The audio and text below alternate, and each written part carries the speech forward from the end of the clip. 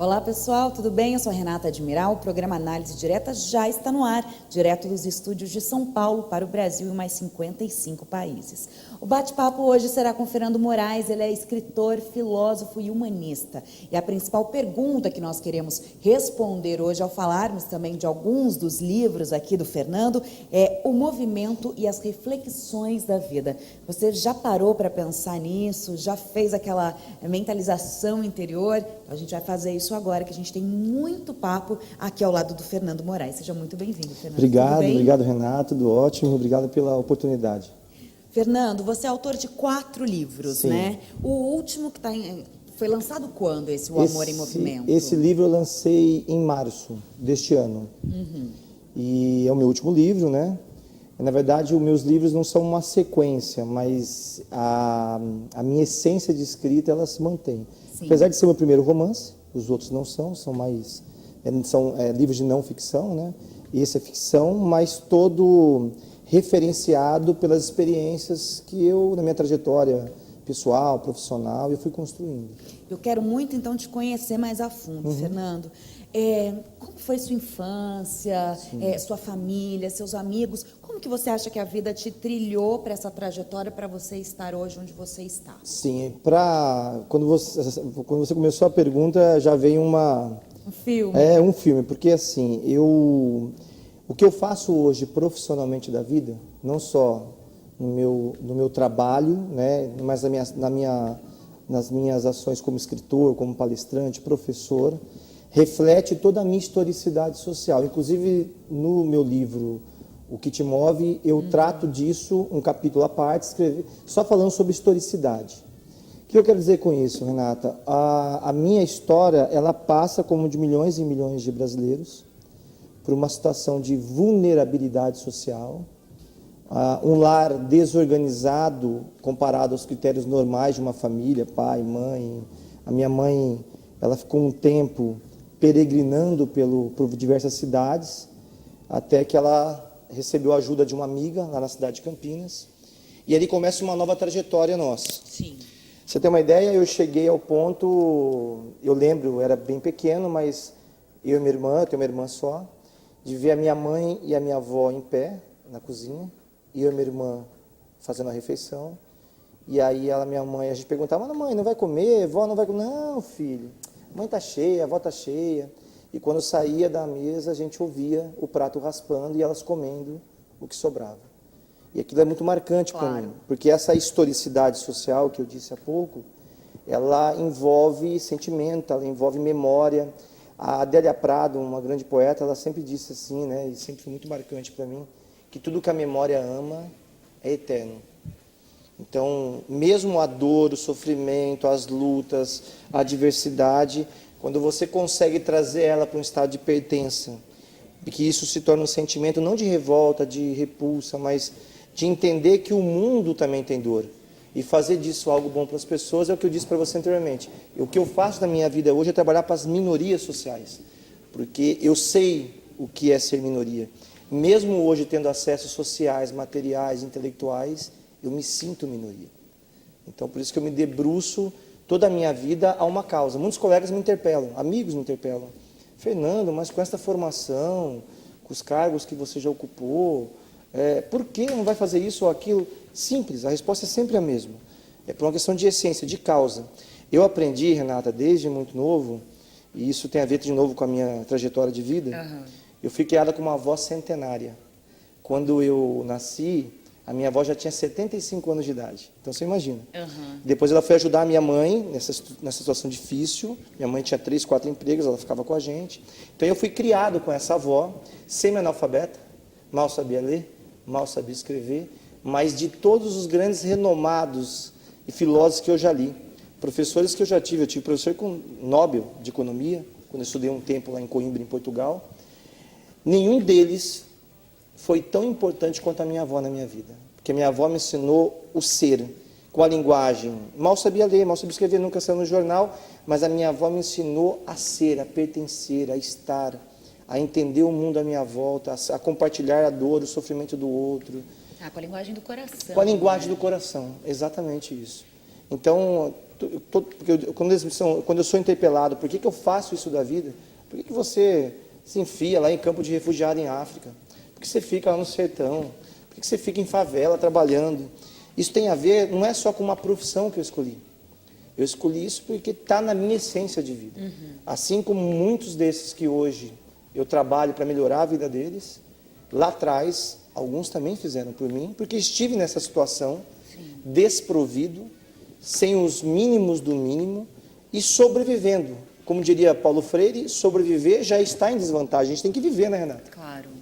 Então, a sobrevivência, ela impõe a você ir contra essa zona de conforto, esse imediatismo.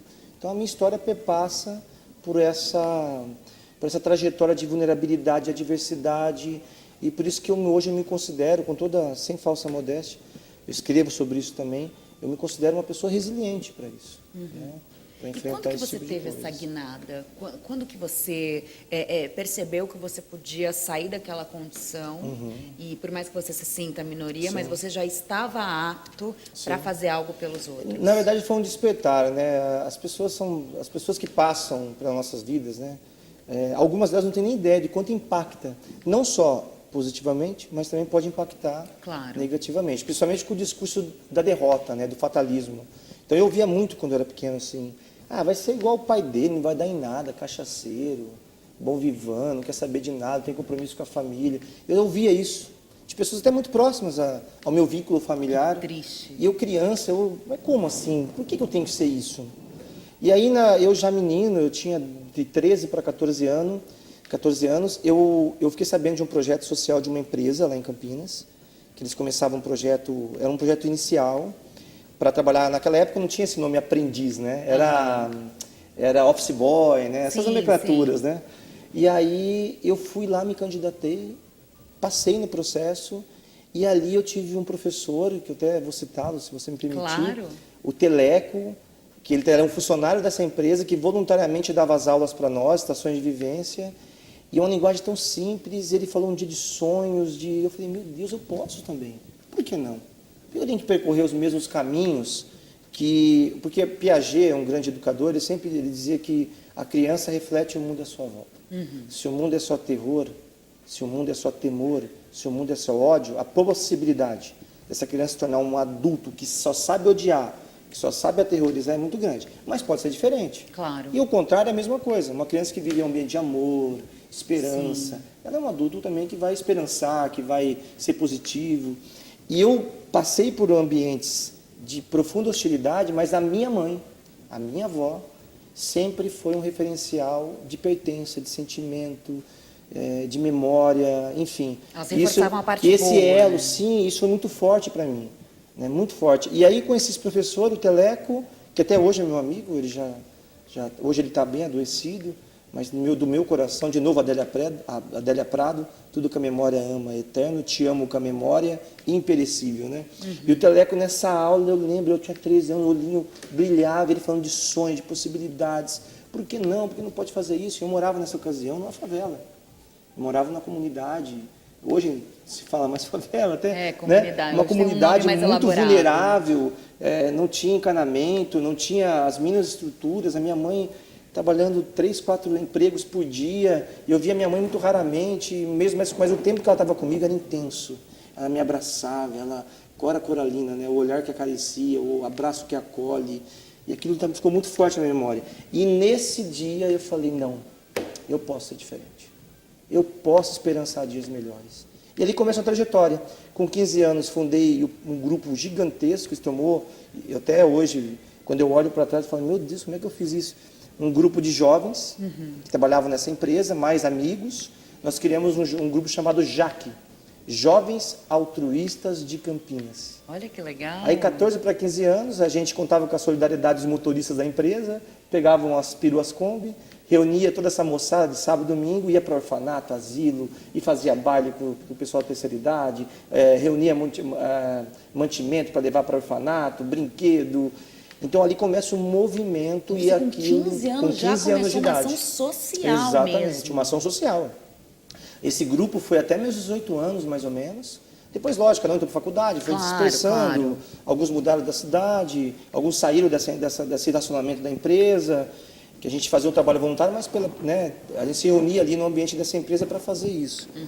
Mas foi uns 3 anos muito intenso, assim, experienciando essas situações, né? Tanto que no meu livro Arte de Pertencer, em um momento aí Arte de Pertencer foi o primeiro, foi né? o primeiro que você me livro, falou. isso, o primeiro livro. A minha inspiração vem dessa primeira experiência. O pertencer, ele não pode ser um critério de uma ordem econômica. Então, quem são meus iguais? Então, meus iguais são aqueles que vestem as mesmas roupas de marca que eu, que frequentam os mesmos bons restaurantes, que moram nos altos muros de Burgos, são os meus iguais. Tá, mas e os outros? Os outros não são. Então, esse recorte dado por uma ordem econômica, de dizer quem são e quem não é, essa primeira experiência minha foi fundamental para eu entender a pertença. Aí vem a minha grande filósofa, Maria Benedita de Jesus. Nunca escreveu, nunca saiu no jornal, mal sabia ler, mal sabia escrever, mas era a minha avó, que me ensinou isso com muita veemência. Estado de pertença pelas coisas simples, né? Compartilhar coisas boas. Então, tudo isso foi um movimento. Por isso que eu escrevo sobre um movimento. Se você percebeu, é verdade. mas todos os meus amor livros, em movimento que te move, a linha renove bem, o poder de se reinventar. Na filosofia, eu sou bem... Eu gosto muito de Heráclito, né? Até quando ele fala sobre o repouso, até repousar está em movimento. O repouso também está no movimento. Então, eu acho que a minha vida se resume a isso, assim, movimento. É sair da zona de conforto, o pertencer, se mover, esperançar o amor. Então, essas coisas não podem ser enquadradas num cenário societal apenas. Como as pessoas passam pelos grandes centros, como São Paulo, que a gente vive aqui, agora mesmo, chegando aqui, eu vindo com um amigo, olhando para os lados, e nessa região, inclusive, que a gente está aqui do estúdio, né? As pessoas mendigando, usando droga. Para muitos, aquilo ficou cenárico, faz parte de um movimento. Ninguém nem move o olhar, nem né, move o olhar mais, porque perdeu a capacidade de pertença. Pertencer virou uma arte, tanto que é o título do meu livro, meu primeiro livro, né? A arte de pertencer. Porque o pertencimento, ele deixou de ser algo natural, como tantas outras situações, e passou a ser uma condição de buscar espaço. Eu tenho que pertencer, qual que é a moda agora para pertencer a tal grupo? É a famosa inclusão, né? Que algumas coisas, para mim, como pensador da área, é um pouco incômoda. Por exemplo, inclusão digital. Eu acho um pouco incômodo tratar disso, porque é, de novo, a ordem econômica dizendo quem ela quer que está dentro tem que ter isso, isso, isso. Quem ela não quer, então, ou não tem isso, ela não quer. Sim. Então, a gente perde um pouquinho aquilo que é o simples, né? Aquela conversa de vizinho. Eu lembro quantas vezes, até hoje, quando eu vou escrever, e como filósofo, né? É evidente que na formação a gente estudou todos os clássicos, transitou por várias correntes da filosofia, mas vem a minha avó na minha cabeça com as minhas prosas com ela, na hora de deitar, ou acordar de manhã com o cafezinho preto, contando os causos do passado. Isso nós não temos mais. Perdeu um pouco esse referencial de educação para valor. E não, se fosse no dia de hoje, a sua mãe não te daria toda a atenção, ela iria para o WhatsApp, exatamente, você também estaria lá nas mídias digitais, né? Inclusive, a gente perdeu esse olho no olho, tato. Sim, é o espaço comum, eu chamo isso de lugar comum. Inclusive, nos meus livros, eu trato esse tema, lugar comum. Inclusive, um dos livros é capítulo, no Renovo, mas eu trato o lugar comum, nós perdemos lugar comum. Eu mesmo com as minhas filhas, eu tenho uma filha de 12 para 13 anos, é a geração dela as redes sociais. E eu não vejo nenhum mal nisso. Sim, agora, claro. É lógico que eu tento fazer com que ela entenda que esse acesso tem que ter uma significância social. Então, esse ter que ela tem, que eu não tive enquanto na idade dela, entendeu? Não porque eu tenho hoje, graças a Deus, eu tenho condição de dar uma vida melhor do que lá atrás, quando eu tive a mesma idade que ela, mas ela tem que entender que esse ter é um privilégio, no sentido literal da palavra. E por mesmo isso que não pode ser um diferencial dela com aquele que não tem. Sim, então, sim. Aquela amiguinha sua, filha, que não tem a boneca da moda, o fato dela não ter e você ter, você não é melhor que ela. Um dia o papai dela vai poder comprar. Então, por hora, divida com ela a boneca quando você tiver com ela. Então, o ter, ele virou eu acho, o grande desafio da sociedade moderna. Porque coloca todo o seu esperançar no ter. Deixou de ter, não tem mais esperança. Exato. E isso é muito, muito incômodo, filosoficamente falando, né? E isso eu aprendi muito na África. Eu vi pessoas na África que não tinham nada, Renata. Não tinha, era o mínimo do mínimo. E eu quero entrar muito a fundo nessa questão da África, até tirar algumas dúvidas aqui que eu tenho, mais profundas até desse sentimento que você daí traz de volta. Mas eu vou deixar para o próximo bloco, que o nosso tempo aqui desse encerrou. A gente já volta então com o programa Análise Direta ao lado aqui do Fernando Moraes.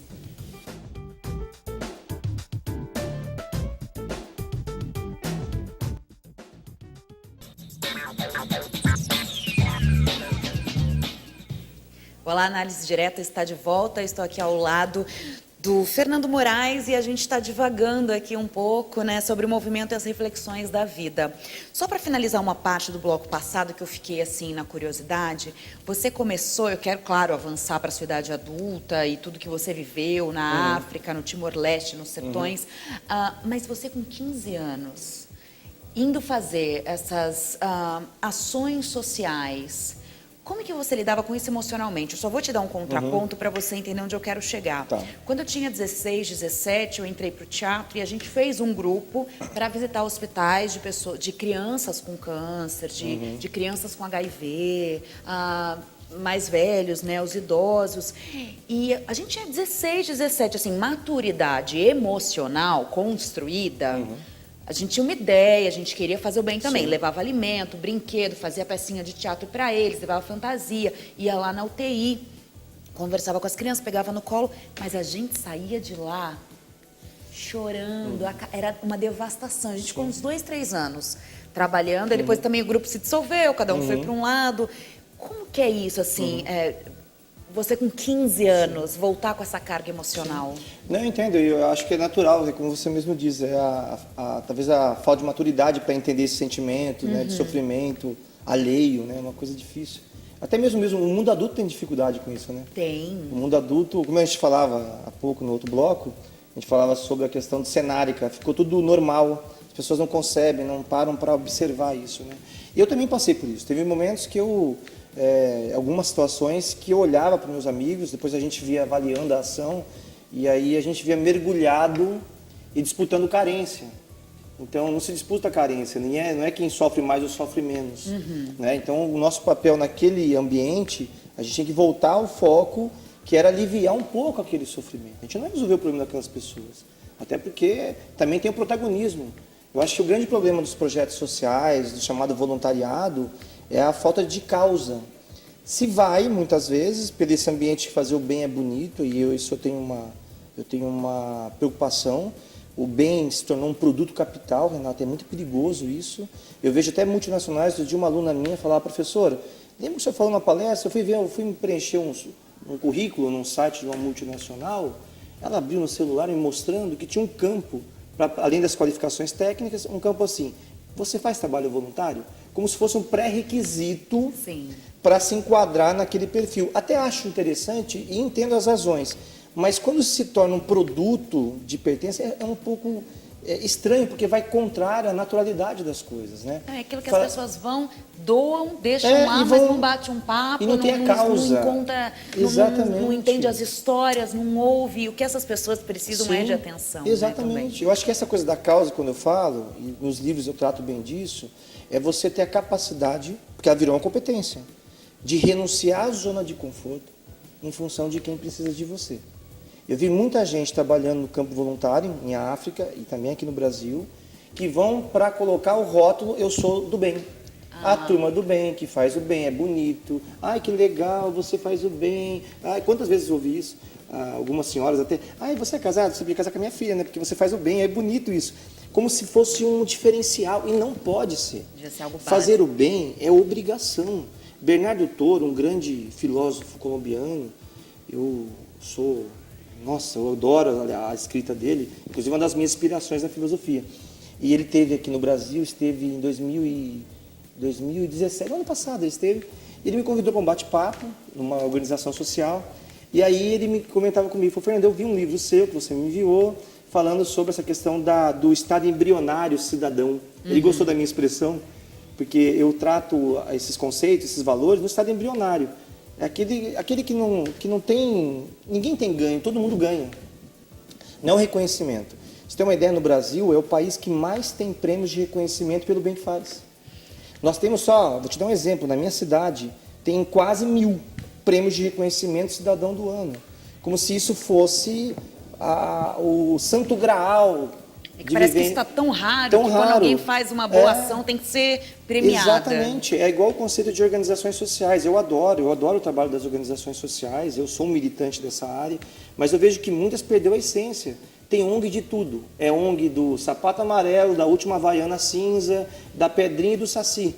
Entendeu? E a causa? Onde está a causa?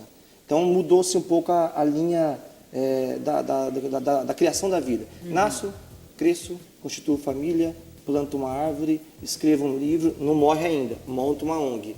Então mudou um pouco a ordem das coisas. Então esse bem, ele tem que ser natural. Então o Bernardo Toro, ele falou assim para mim, eu não esqueço isso.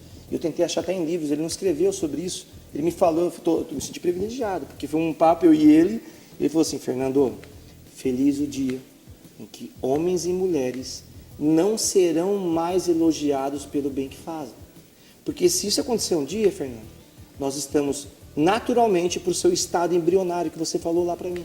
O estado embrionário de se viver em sociedade. Então, virou um bem capital.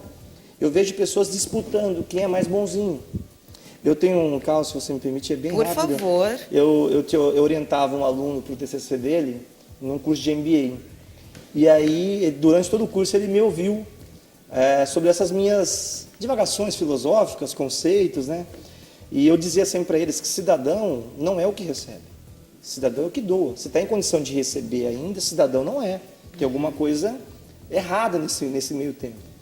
E aí, aquele olhar, né, de quem está fazendo bem para o outro, olhar quem está numa situação de vulnerabilidade por aquilo que não tem. Então, eu olho para uma comunidade pobre, eu fico olhando o que ela não tem para eu ajudar. Está errado, na minha concepção. Eu acho equivocado pensar assim, com toda humildade, de quem acha o contrário. Claro. Eu acho que essa troca de ideias é muito válida. Mas eu acho que tem que olhar para essa comunidade vulnerável por aquilo que ela tem. Tem dom, tem talento, tem habilidade, tem potencial, ela tem riquezas ali dentro, capital humano. Por que não começar olhando por aquilo que eles têm, ao invés do que por aquilo que lhes falta? É diferente isso. Aí esse meu amigo, né, que ficou amigo, depois aluno, ele me convidou para uma ação de um grupo que ele tem lá na cidade, um grupo de bem lá, tem um nome desse para sair na mídia, e uma pauta que a imprensa lá da cidade gosta muito, eu acho legal também postar as boas práticas, né? Claro. É muito interessante isso. Mas aí ele me convidou para conhecer a ação no inverno, que eles fazem duas ações por ano. Ele faz uma ação no inverno e uma ação no Natal. No inverno distribui sopa para quem mora na rua. No Natal arrecada brinquedo e distribui nas favelas para as crianças. Legal, eu não condeno a ação. Mas se você for ver, o assistencialismo de novo perpetua por aqueles que têm, aliviando a consciência um pouco, doando um pouco do seu tempo para aqueles que não têm. Max Weber tratou disso. A máxima weberiana, né? Vou desencarnar de consciência de ter muito, eu ajudo um pouco as pessoas e vou para o céu. Essa concepção, para mim, é incômoda, muito incômoda. Porque aí eu fui lá, aí eu fui levar minha mãe, aí a minha mãe ficava assim, filho, deixa ele fazer, aquela coisa de mãe, né? Vamos lá, não precisa criticar. Eu falei, mãe, não estou criticando, eu só acho que pelo poder econômico que tem aqui, porque são os grandes detentores de poder da cidade. Esse aluno consegue articular esses grandes detentores de poder. Eles poderiam, com esse capital econômico, social, humano, fazer algo empoderador para essas pessoas que estão em situação de vulnerabilidade, mas preferem ainda sustentar o ego por mostrar ao mundo que eles são bons. Sim. Aí, 10 horas da noite, nada. Eu falei, vai começar? Não, professor, ó, tem que vir aí o canal tal para cobrir a nossa ação do bem. Tá bom. Vai começar? Não, tem que vir para tirar a foto para a coluna social, não sei de onde. Tá bom. Foi começar meia-noite. Eu sei que era 1h30 da manhã, a gente estava andando ainda pelas pontes. Eu observava, Renata, eu via as pessoas não comendo a sopa. Eu fiquei pensando, além de fazer ação, não é a ação que eu achava que eles deveriam fazer, as pessoas ainda estão comendo uma sopa ruim. Aí eu perguntei para uma senhora, a sopa está ruim, senhora? Ela falou, não, filho, está deliciosa. Sabe o que acontece? Essa é a 7ª perua de sopa que passa hoje. Ou seja, tantos outros como eles Sim. passaram por ali numa ação imediatistas. O imediatismo para quem está vivendo a vulnerabilidade é a pior coisa do mundo, Renato. Eu falo por causa. Eu vivi o imediatismo. pessoas, eu ganhava sapato do patrão da minha mãe. Brinquedo, a minha roupa mais nova era a roupa mais usada do filho do patrão da minha mãe. A roupinha de escola era 2 peças. O tênis para ir na igreja era o filho do patrão que usou mais, apertou, rasgou, minha avó costurou e me deu. Esse imediato, quando você trata alguém que não tem, por um imediatismo egocêntrico seu, você anula as capacidades. Tem um teólogo que eu acho que você deve conhecer, chamado Caio Fábio. Ele escreveu um livro, eu não me lembro agora, desculpa Tudo bem. a minha fala de memória, mas eu lembro do trecho, que diz assim, a pior coisa que a gente pode fazer com o outro é lhe despertar o sentimento de indiferença. Você já sentiu a indiferença? É terrível, não é? É ruim. E aí ele põe a frase, assim, que está na minha cabeça até hoje. A indiferença social é a expressão mais visível do ódio. Ódio tão profundo que é capaz de emprestar ao outro a capacidade do não ser e do não existir. Então, quando você trata esse outro que não tem, que vive uma vulnerabilidade, que não tem comida, que não tem roupa, que vive o mínimo do mínimo, dentro de um imediatismo de ego, eu acho uma crueldade para o ser humano. Então, se você se propõe a fazer algo para alguém, faça de todo o coração. Não por aquilo, até frases que ficaram meio no julgo popular aí, né? Ficou modismo. Mas é quando eu estou fazendo algo para as pessoas pobres, eu estou fazendo para mim, na verdade. Essas frases me deixam muito irritado. Desculpa a minha veemência. Mas é que é fantástico você trazer é um conformismo, né? novas visões para a gente. É um Porque a gente não sai conformismo. mesmo do senso comum. Sim. Nós continuamos estagnados Sim. e ainda achando que estamos fazendo o melhor que podemos e não estamos. Exatamente. Então, nessas suas viagens, você escolheu os destinos, África, Timor-Leste, Não. Sertões. Como que aconteceu isso? E o que você acha que você fez dentro dessa sua visão, que é diferente do que a maioria das pessoas fazem? Na verdade, eu, como filósofo, eu saio um pouco do formato. Assim. Eu não sou classista e muito menos quero intelectualizar a minha mensagem, com todo respeito a quem faz isso. Mas eu, por ser cristão, eu creio poderosamente que Deus tinha um propósito com tudo isso. Sim. Que eu já fui ateu, até por formação, e eu tenho essa experiência com a fé. E essas coisas foram vindo com a fé. Olha que coisa interessante. Eu lembro até hoje que eu, lendo a Bíblia, veio uma palavra para mim assim, te mandarei para lugares distantes. É um provérbio. E eu naquela cabeça não entendia direito, e isso foi acontecendo por um propósito. Então, quando eu recebi um convite da Orcos Portugal, que é uma das maiores agências humanitárias da ONU, fica em Lisboa, me convidando para ser consultor deles num projeto de transformação em Angola pós-guerra. Meu Deus, isso é bênção. Eu vou. E comecei a escrever projetos, entre, acho que 20 e poucos projetos, o meu foi escolhido, e eu fui fazer essa consultoria.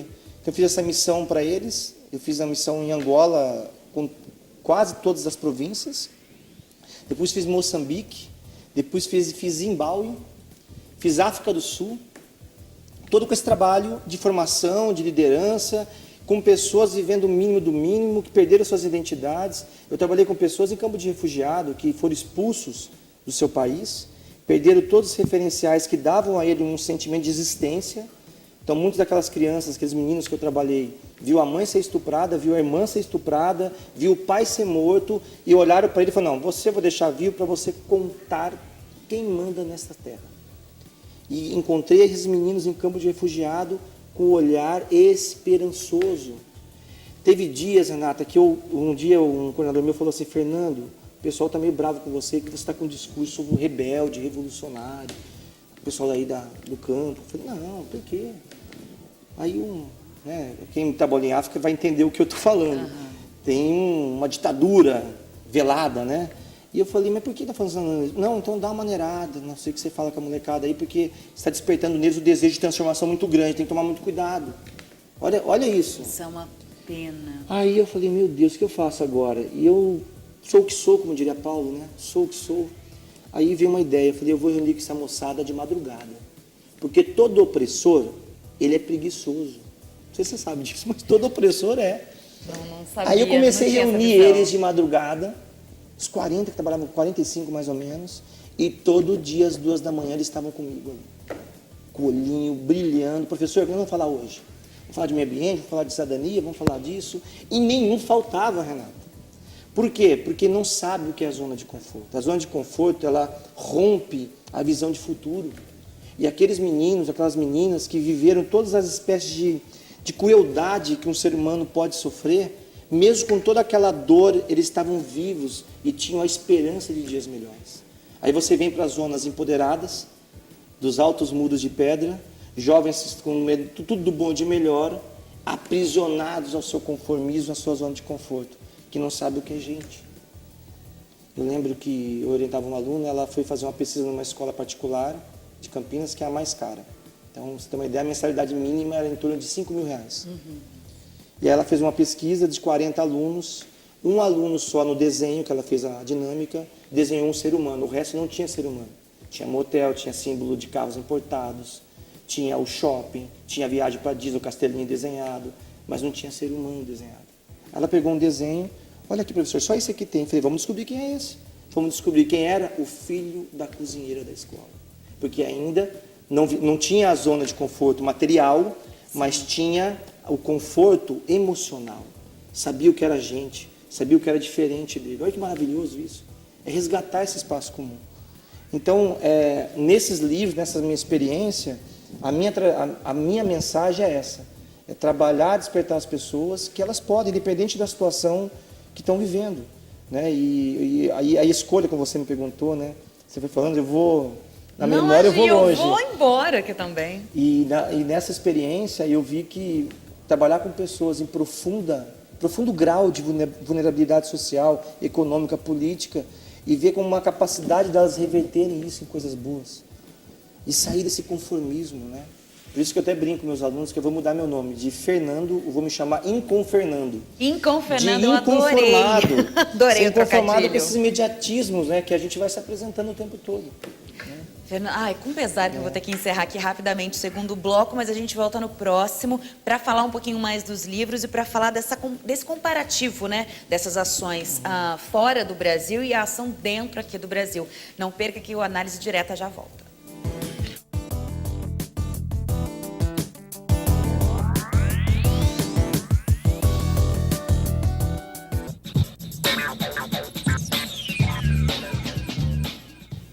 Ele é escritor, filósofo, humanista e está aqui ao meu lado para a gente bater um papo muito legal, que está quase no final. É uma dó, Fernando Moraes, eu não vou te deixar embora hoje, vamos fazer 3 programas na sequência. Fernando, as suas missões fora do Brasil, elas são muito similares ao que aconteceu nos sertões? Sim, sim. Ou tem alguma discrepância? Não, eu acho assim, Renata, a vulnerabilidade social é fato social em qualquer lugar do mundo. Você vive em menos intensidade ou uma intensidade maior de acordo com o localismo. Quando as pessoas vêm me perguntar sobre minha experiência em África, eu percebo que elas querem ouvir todo o horror que se colocou na cabeça delas, que é um continente de miseráveis, onde as crianças, aquelas cenas históricas de criança pele e osso morrendo. Achando que é só isso mesmo. Não é. De novo, eu volto para aquela fala que eu fiz com você, de que olhar para essas pessoas, ou por esse meio, ou por esse lugar que você acha que tem um rótulo de pobreza, por aquilo que lhes falta, é muito ruim.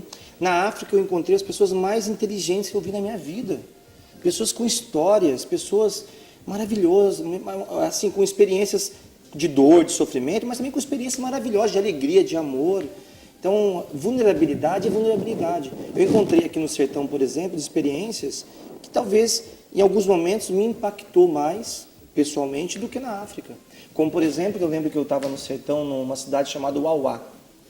E a minha missão lá era fazer um trabalho com a ADRA Internacional, que era criar eles tinham um projeto de policultura, que era uma técnica de cultivo no semiárido, para que o sertanejo possa ter alimento o ano todo na roça dele.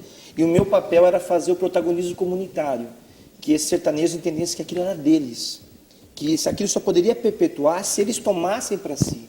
Porque esses de fora, uma hora eles iam embora, eles tinham que se apropriar. E se não fosse bom para eles, que parasse por ali. Então eu fiz esse trabalho e chamando-se todo dia à noite a gente tinha reuniões, eu fazia formações com a juventude, e era engraçado que com o tempo essa frase, O que você quer ser quando você crescer? Eu quero ir para São Paulo, tio. Não. Aí no final, não, tio, eu quero ficar aqui. Eu quero tocar a roça do meu pai. Porque a pertença, sabe? De viver na memória, resgatar um pouco da onde se veio. Eu acho que tem muita gente que esquece de onde veio, Renata. É muito triste isso. Sim. Eu falava com um amigo outro dia que viveu a vulnerabilidade comigo, foi aluno comigo dessa fundação que eu te falei, de projetos para crianças, para adolescentes. Hoje ele é um grande executivo do mercado financeiro e ele anulou da mente dele a historicidade social. Vamos lá ver o pessoal. Não, lá não preciso mais não pertence mais a mim. Olha que coisa triste. Tem tudo, mas não tem nada. Ou melhor, a única coisa que tem é aquilo que ele acha que ele é. É muito triste isso. Esqueceu a base. Esqueceu a base, a origem. Aquela situação de vulnerabilidade, a gente comia dividindo, até a tubaína a gente dividia em 10 para tomar um copinho assim. Sim. E esqueceu de onde veio. É muito triste isso. Então, o ter é bom, desde que ele não te tenha. E quando ele te tem, você não pode ser mais do que você é. Isso é muito perigoso, isso. E aí, eu vi no sertão uma menininha que, nossa, está na minha mente. Hoje ela deve estar já uma moça já, né? Mas na época ela tinha a idade da minha filha mais velha, 12 anos. Ela chegou, eu falei com o pessoal na Caatinga mesmo assim, com lanterna, tudo. E tinha uns 50 jovens mais ou menos, a gente falou sobre protagonismo juvenil. Eu, enquanto jovem sertanejo, vamos recuperar a memória do sertão, o localismo, e o que a gente pode fazer para melhorar o nosso ambiente aqui. E dividimos por temática, educação, meio ambiente, cultura e tal. Aí ela veio, terminou a palestra, ela veio assim, professor, eu tenho um sonho. Eu falei, é? Qual o seu nome dela? É Matilda. Eu tenho um sonho, professor. Matilda, qual que é o seu sonho? O senhor falou aí, e eu fiquei pensando, um dia, professor, eu quero poder sentar aqui na Caatinga e comer um tomate sozinho. Porque na minha casa eu divido com meus 14 irmãos. Olha isso, Renato. Aí você vem para os grandes centros, meninos da idade dela, Matildas por aqui, jogando no final do semestre, jogando papel no lixo, rasgando o caderno, rasgando o livro, exato, sem dar importância para aquilo que tem. É muito triste isso. Então, que a Matilda sirva de referência. E está na minha memória isso. Coisa que eu não vi na África. Como eu vi também uma outra experiência mais em África, parecida, uma menininha, ela tinha em torno de uns 10, 11 anos, com o caderno amarelado, de tão velho que era, as folhas até duras. E eu olhei o caderno dela assim, eu não via espaço para ir, e eu via, mas ela ficava escrevendo. Um dia eu cheguei assim, mas onde você escreve aqui? Fernanda, vem cá. Eu escrevo aqui, nos passinhos brancos. Uhum. Eu falei, mas como é que você consegue? Não, sabe o quê? É a alegria dela. Fernando, esse meu caderno foi dos meus 15 irmãos. E agora ele é meu. Olha a alegria, sim, de dar valor ao espaço comum. Então, vulnerabilidade é vulnerabilidade. O que você tem que fazer é encontrar nessas pessoas e despertar nelas o desejo de transformar aquela experiência em coisas boas. E passando tudo isso que você viveu, essas suas histórias, as suas vivências, os seus sentimentos em relação a isso, foram para os livros também? Sim, todos eles. Até o livro, o romance... Que é esse último, que foi o lançamento, né? O Amor em Movimento, isso. Como que você fugiu do romance para ainda colocar isso? Na verdade, o que eu fiz? A minha linha de escrita é tudo isso que eu falei. Uhum. Estação de vivência, localismo, protagonismo, causa social, enfim. Nos livros, quando eu escrevi o romance... Eu vou pôr vários aqui, ó.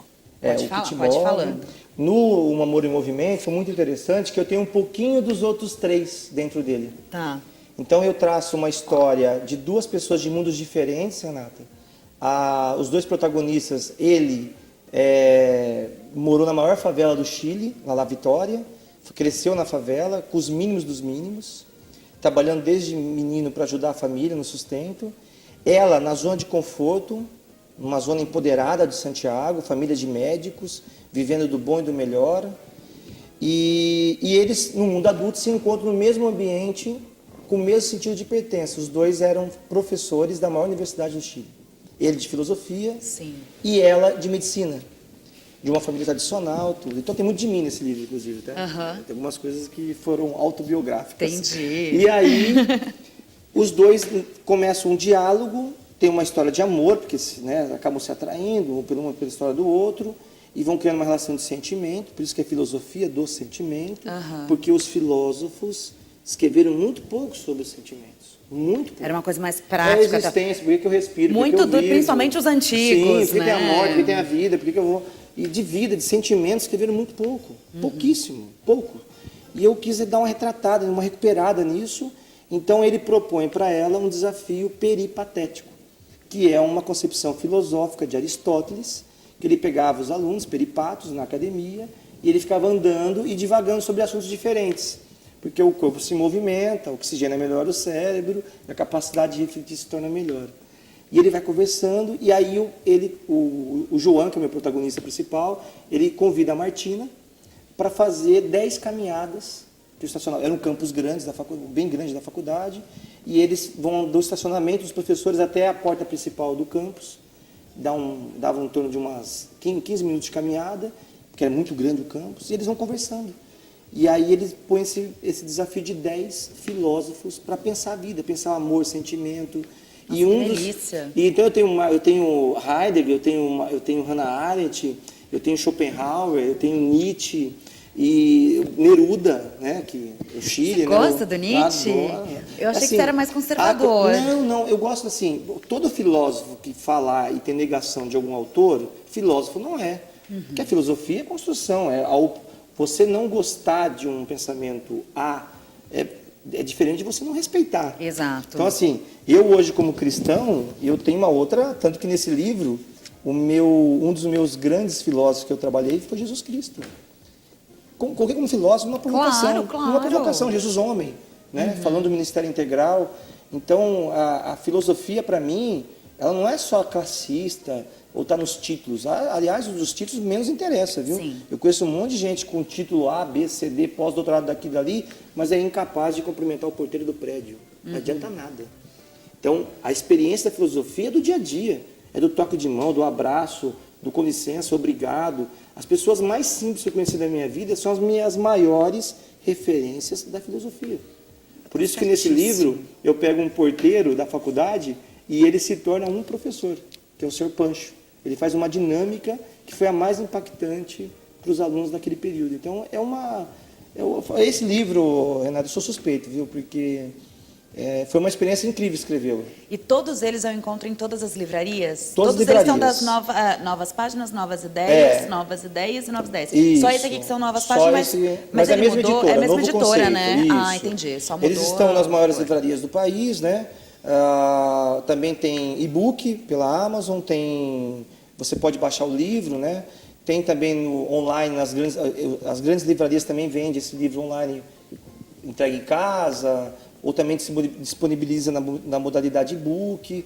Não, e esse aqui foi na Livraria Cultura. Sim, do lançamento. Segundo a Livraria Cultura de Campinas, foi o maior lançamento dos últimos 4 anos deles. Olha, que bacana. Foram quase 1000 livros vendidos no dia do lançamento.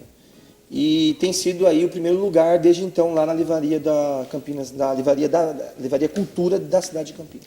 Para a gente finalizar, então, antes que a minha produtora me mate, eu li muitos releases, eu entrei lá nos sites dos livros, tudo, e você fala muito dessa questão que te motiva a lutar, que motiva a todos, né, a lutar pelas coisas importantes da vida. O que te move a cada dia, o que te motiva a lutar? Sim. O que me move primeiro, assim, é a minha fé. Assim. Eu acredito não só na concepção do alto, de Deus, né, mas eu acredito nas pessoas, elas podem.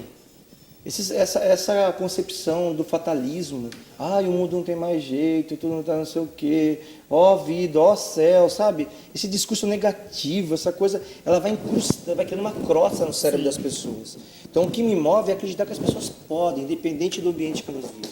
Se você hoje está aí na sua casa, desesperançoso, achando que tudo é nada, ou nada é tudo, que a vida não tem mais jeito, que não tem esperança, basta olhar para a sua experiência de vida.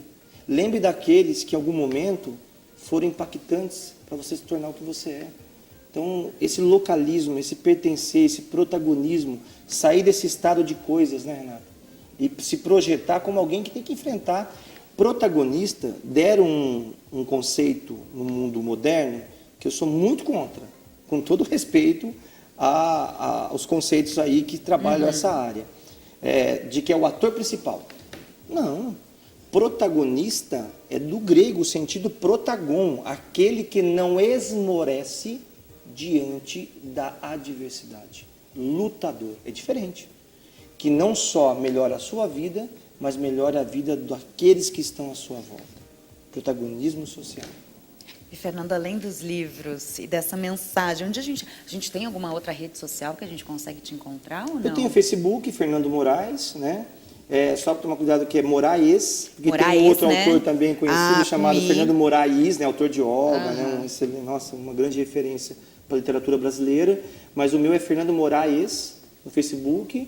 Eu tenho o site, né? escritorfernandomorais.com.br. Eu faço palestra por todo o país, né? É uma coisa que eu gosto muito, porque eu sou um palestrante-autor, e não o contrário. Então, eu gosto que... Muitas pessoas falam isso. Eu recebi um e-mail esse dia de uma leitora, lá de Manaus, ela falou assim, Fernando, eu te vi falar num evento em Minas Gerais. Fiz questão de comprar o seu livro, eu sou aqui de Manaus, e eu estou lendo o livro, eu estou vendo você falar. Isso é maravilhoso, porque é você dar a mensagem... impactando, fazendo as pessoas pensarem. Não me considero um autor de autoajuda e sem nenhum preconceito com esse tipo de literatura. Eu acho que a literatura tem espaço para todo mundo, mas por uma questão muito pessoal, eu também preciso de ajuda. Eu não tenho os 10 caminhos da felicidade. Eu também preciso aprender com o outro, eu preciso experienciar com o outro, eu preciso conhecer e me desenvolver nessa coletividade, entendeu?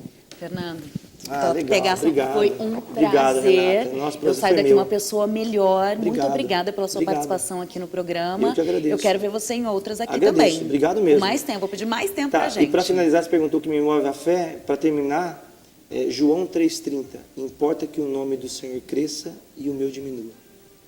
Obrigado. E é dessa forma que a gente finaliza aqui o programa Análise Direta. Pessoal, para você que gostou, nos acompanha através aí das redes sociais. Você pode também participar através do nosso WhatsApp. Manda uma mensagem para a gente no 011 São Paulo, 992247760. Se você se encontra no outro país, apenas coloque o 055 na frente, tá bom? Hoje a gente fica por aqui. Te vejo no próximo programa. Beijo.